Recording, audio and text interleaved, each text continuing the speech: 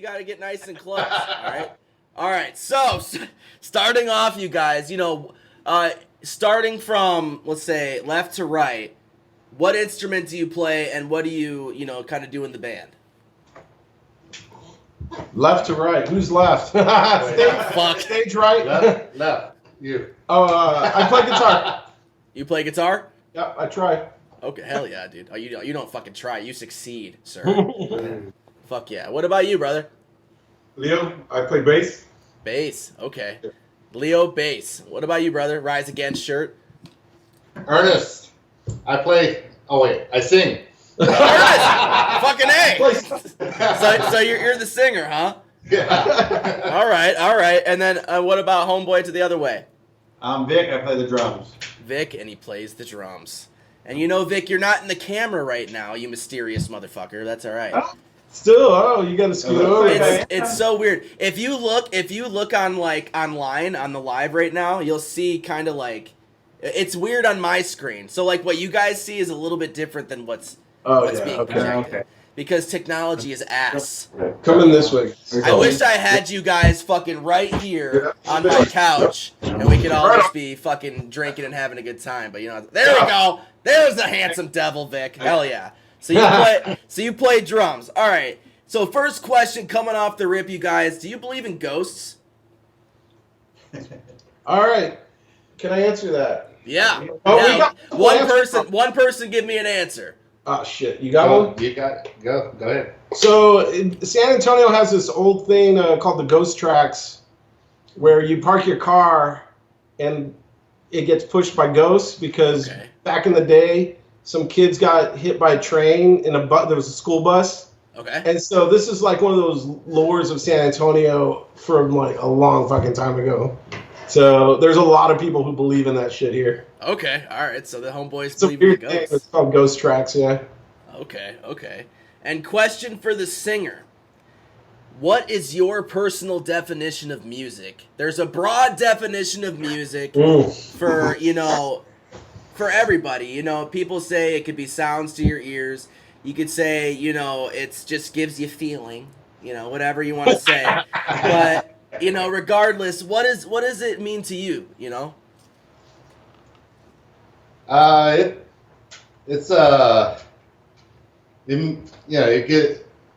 It gives me an expression of freedom, like to say what I want that's inside me, spread the word with good hard energy music. Yeah, dude, you're the fucker with the mic, man. You're gonna fucking scream in that shit. You're gonna force them to listen, dude. Hell yeah. Okay, that's a good message. It's a good message. And this is a question for the bass guitarist and the lead guitarist. What genres and bands influenced you guys growing up? Oh, shit. You go, Leo. I can tell you in a minute, but let's let Leo answer. Thing about this band is like we all have our different tastes. Maybe they have more the same than I do, but I'm more of like the Cure, Depeche Mode, Dead Milkmen. So if you listen to some of my bass, the story, yeah. So I'm all about that. Okay, hell yeah. What about you, homie? Man, so as a kid, I really loved AC/DC, right? So yeah. Angus Young is still a badass to me. I like Fugazi. The Clash is one of my favorite bands in the world. So I get influenced by them. Even like the early Jane's Addiction stuff, I really like. Yeah, okay. I think Dave Navarro gets overlooked from that perspective in the early days when, So yeah, some of that. Even the Cult, Billy Duffy. I got to meet that dude in LA one time, which was kind of cool. But yeah, it varies. But yeah, I would say it all starts with Angus Young. Angus Young, okay. I mean, he was not only a showman, that fucker can just rock the guitar, man. Yeah, he's fucking good. He's cool. He had a tone all his own, that's for sure. And this is a question for the drummer. So, and this isn't even on the paper. I don't know why the fuck I'm looking at it. So this is off the top of the dome. This is what I want to ask you. Because try to ask this to every drummer because I'm actually concerned for your health and well-being. So, being a drummer in a punk band, you get a lot of fucking things thrown at you. You get, brand new music, you know, brand new vibes, you know, and you have to learn something kind of on the spot. Somebody's gonna throw a riff, or somebody's gonna throw some lyrics, whatever. But everyone's gonna look at you to say, what the fuck are we gonna do for the beat? How fast are we gonna go? And so with that being said, how do you kind of get in the vibe of punk rock, you know, with this band? You know, how do you get in that vibe and in that mode to be able to play as fast as you do on the tracks and everything? Oh, well, first, I listen to the riff, you know, and I can kind of tell by how they're playing it, maybe the tempo.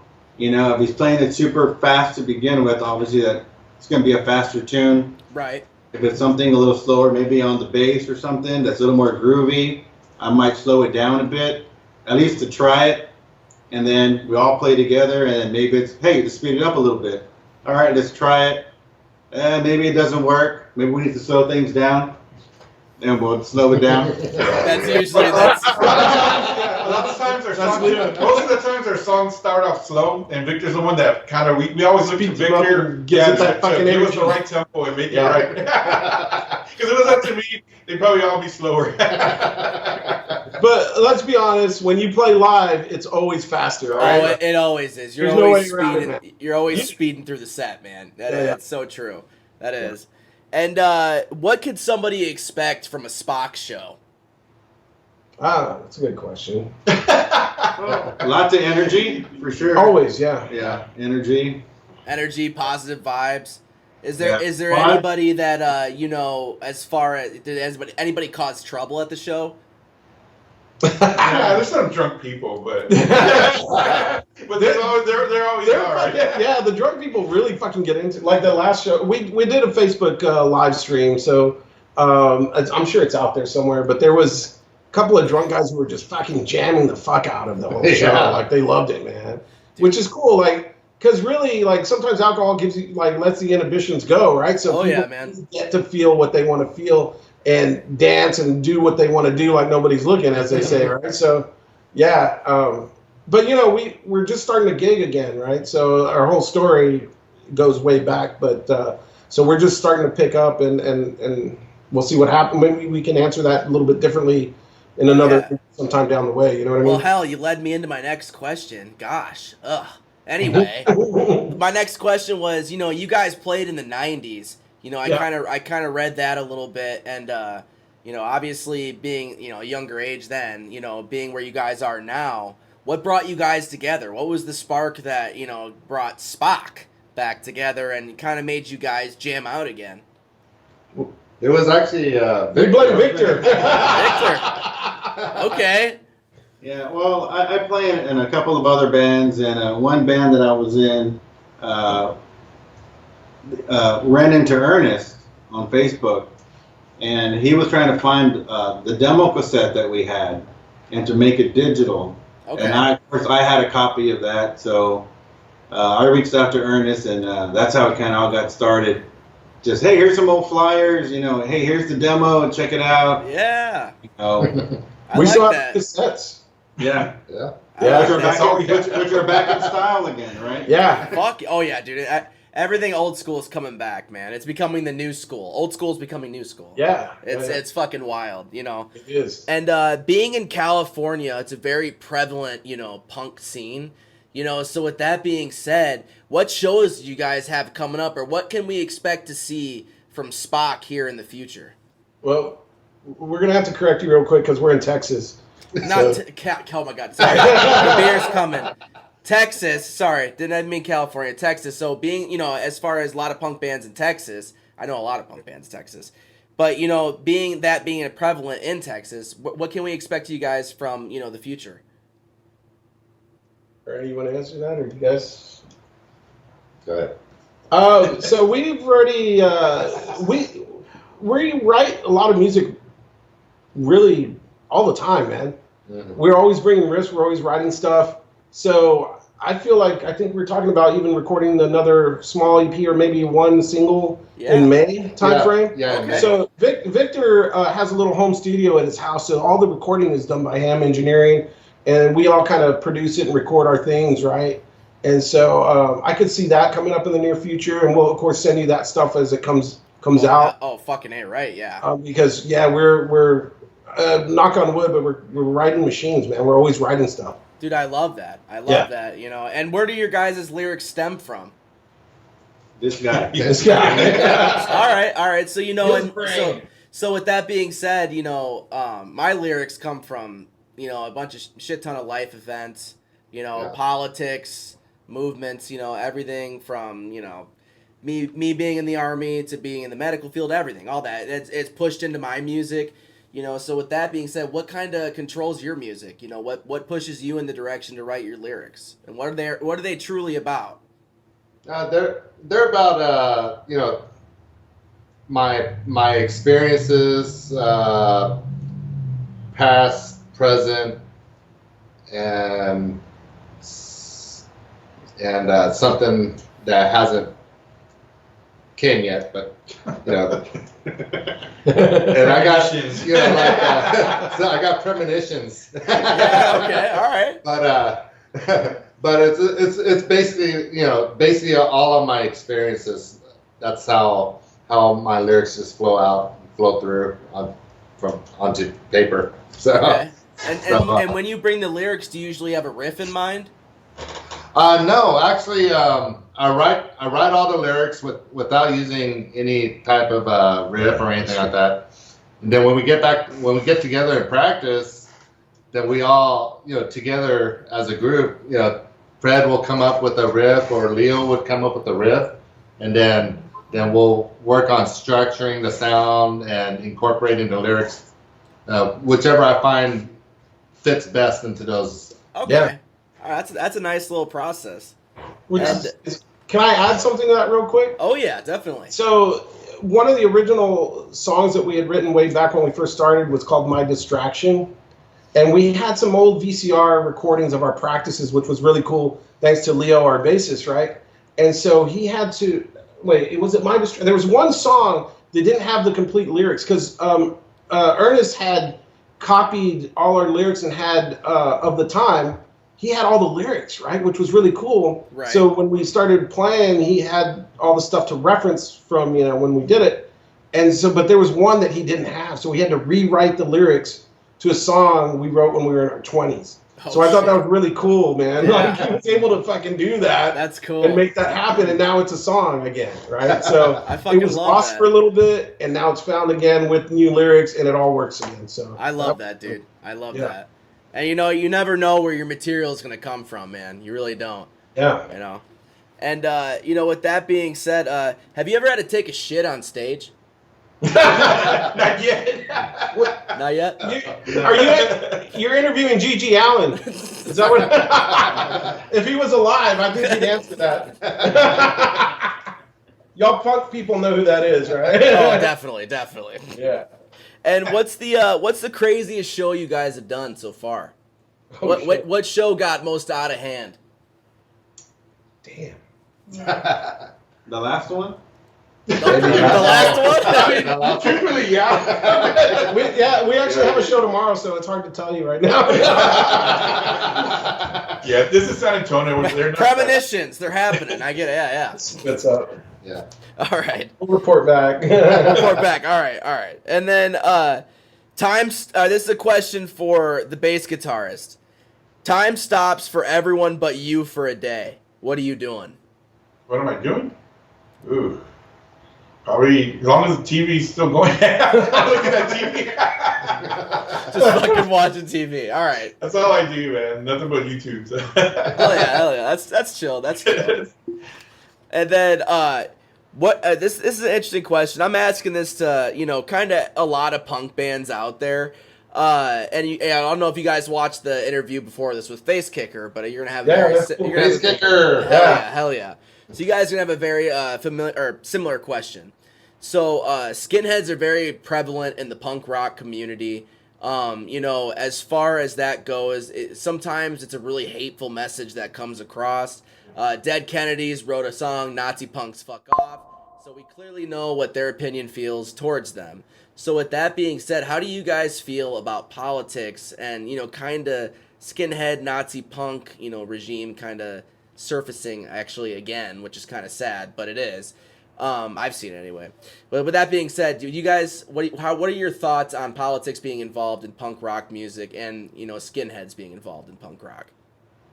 One thing about us is we try to keep politics out of it. We don't even talk about politics. We might all have our own opinions, but we just keep it out of it. Our thing is we want our music to be heard and we want to be liked by everybody. I'm sure that's what every band wants, but we feel our music is emotional. So every time new people hear us, they like us, and that's what we. So if they hate us but they like our music, that's fine with us. We don't want no violence. We're not, we don't condone that. But I love that. We just want everyone to come to our shows, check us out, listen to us online, and everyone's welcome. We like everybody. We don't dislike anybody. So that's how we feel about it. Okay, or at least we feel. I love that. Politics out of it. I mean, that's a great response. It's kind of, but from the roots of punk, right? So, the Clash is very well known for kind of having their side of things, and Bad Religion. Bad Religion as well, right? And then you can even go to somebody like Rage Against the Machine and all these guys, right? So, I think there's room for it, and it's you can listen to it or not listen to it, right? Like, you know what I mean? So everybody has that opinion. Freedom of speech is for everyone, man. And you got to be able to respect everybody's point of view when they do it. Not that I want to hear, like, I would never listen to anything that's Nazi positive or anything, because fuck that. But but they have the right to express how they feel, right? So that's right. Well, maybe. So. We'll see. If I hear it and I'm down the road, we'll see. We'll see. I don't know. I'm not a huge fan. Me and it's kind of hard to take me and the wife. She's black, so when taking her to some of these punk shows, I almost have to kind of shadow ahead and kind of look at the bands that are playing, because man, I'm telling you, it's weird, and it's out of nowhere too. That these guys will come on stage and they'll start singing, and I'm like, wait a second. So but it's still there, and I'm like, what the fuck, man? Fuck off. Fuck off! Exactly. God! I gotta do the same thing. My wife's Korean. Yeah. So there you go. Same shit. And then, same shit. Same fucking shit. And, and this is a question, again, for the bass guitarist. What is your pedals that you use on stage compared to your recordings? It's different when we record, but on stage, I have a lot of Boss pedals, and then I have a whole Boss multi effect little thingy. So that's mostly what I use. It's a thingy, right? It's a thingy. Why does that? Yeah, every bass guitarist says that. It's a thingy, and then they point to their pedal board, and they have 76 different fucking pedals on there. It's the thingy next to the red thingy. I don't change anything. fucking A, that's funny. Whatever the amp is set to, I'm like, as long as you can hear me. As long as you can fucking hear me. All right, I like that. And this is going to be an individual question for each one of you. What is your message to the community? I'm going to be recording these interviews, right? So I recorded this sucker, and I'm just going to fucking post it back. I'm not going to clip anything or fucking edit anything. I don't give a shit. It's all going to be authentic, so whatever happens, happens.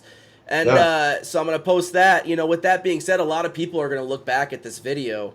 And what is your message to them? We have struggling indie artists, I started this sucker to help out people. That's just what I wanted to do. I just wanted to help people. So with that being said, what do you guys want to do with this? What's your message?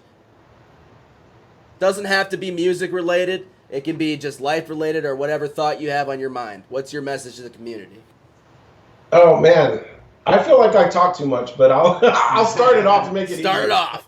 So I always feel like if I could give a message to anybody in music and art, because music obviously is art, think for yourself, follow your own path, regardless of what anybody says, you know what I mean? Like, your art is your art, and your individuality is important. It is. And that's what creates art, man. People out of nowhere sometimes come out and have something way different from what the norm is, right? And I think that's important, so that's where I'm at with it. Yeah, okay. Yeah, I think you should definitely have fun with what you do. Life's too short. Give something a try, especially in music. I think it's good to kind of expand and maybe get out of the box and try playing something different. You know, you never know, that could be your next passion or something. I agree. Hell yeah. As far as me, I struggle with ADD. So my message would be, if you love something, try the best you can, and whatever's you, that'll come out. Yeah. And I like to write songs, and whether the guys like it or not, they skip a lot. Fuck it, man. But it's yours, you know. More too now, because in the beginning we got back together, we were trying to figure out how we're gonna sound.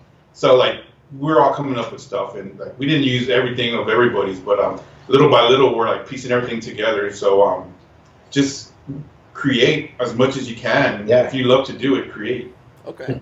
Yeah, you'll get that new music when we get it going. So. Oh, dude, please, you guys, I'm a lifetime fucking fan now. I'm serious.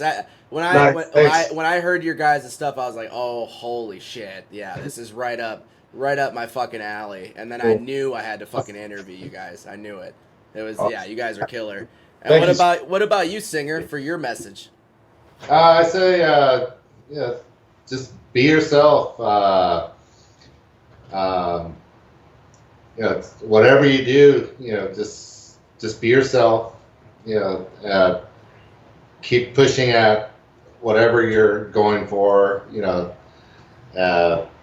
Just have fun in life, and drink lots of beer. And drink a lot of beer and stay punk rock. Fucking A right, dude. Hell yeah, dude. Hell yeah. You guys, it has been a fucking killer interview. Shouting out from San Antonio, fucking Texas, you guys. Absolutely killer interview. Thank you so much for your guys' time tonight.